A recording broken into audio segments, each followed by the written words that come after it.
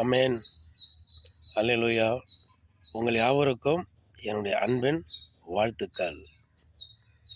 பாருங்க, நம்ம வளர்க்கிற ஆடுகளை நம்ம கவனித்து பார்த்தோம்னா, அது நல்லா புல்லுகளை மேய்ஞ்சிட்டு ஒரு இடத்துல நல்ல நிழலில் படுத்து அது பாட்டுக்கு அசை போட்டுக்கிட்டே இருக்கும்.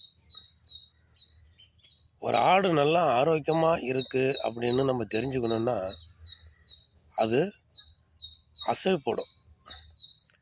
சாப்பிட்ட புல்லுகளை மறுபடியுமா என்ன பண்ணும், எடுத்து நன்றாக மென்று அதை அசை போட்டு மறுபடியும் அது விழுங்கும்.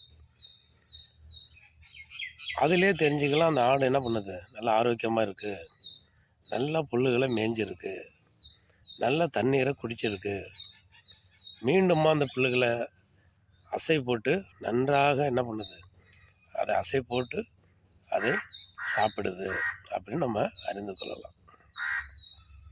நாமும் இந்த வானங்களையும் வானாதி வானங்களையும் பூமியையும் அதில் உள்ளவைகளையும் சமுத்திரத்தையும் அதில் உள்ளவைகளையும் நம்ம கண்ணேறிட்டு பார்க்கிற சகலவற்றையும் உண்டாக்கி உருவாக்கி சிருஷ்டித்து வழிநடத்து எல்லா உயிரினங்களுக்கும் ஆகாரம் கொடுத்து வழிநடத்தி கொண்டு வருகிற நம்ம ஆண்டவராகிய தேவனுடைய வேதத்தில் உள்ள வசனங்களை நாமும் தியானித்து அதில் உள்ள பொக்கிஷமான காரியங்களை ஆராய்ந்து அதை படித்து ஆண்டவர் இப்படியெல்லாம் நமக்கு எழுதி கொடுத்துருக்கிறாரு என்று நம்மளும் அந்த ஆடு போல் அந்த வசனங்களை அசைவு போடுகிற பொழுது நாமும் கர்த்தருக்குள் ஆரோக்கியமாக இருக்கிறோன்னு அறிந்து கொள்ளலாம்.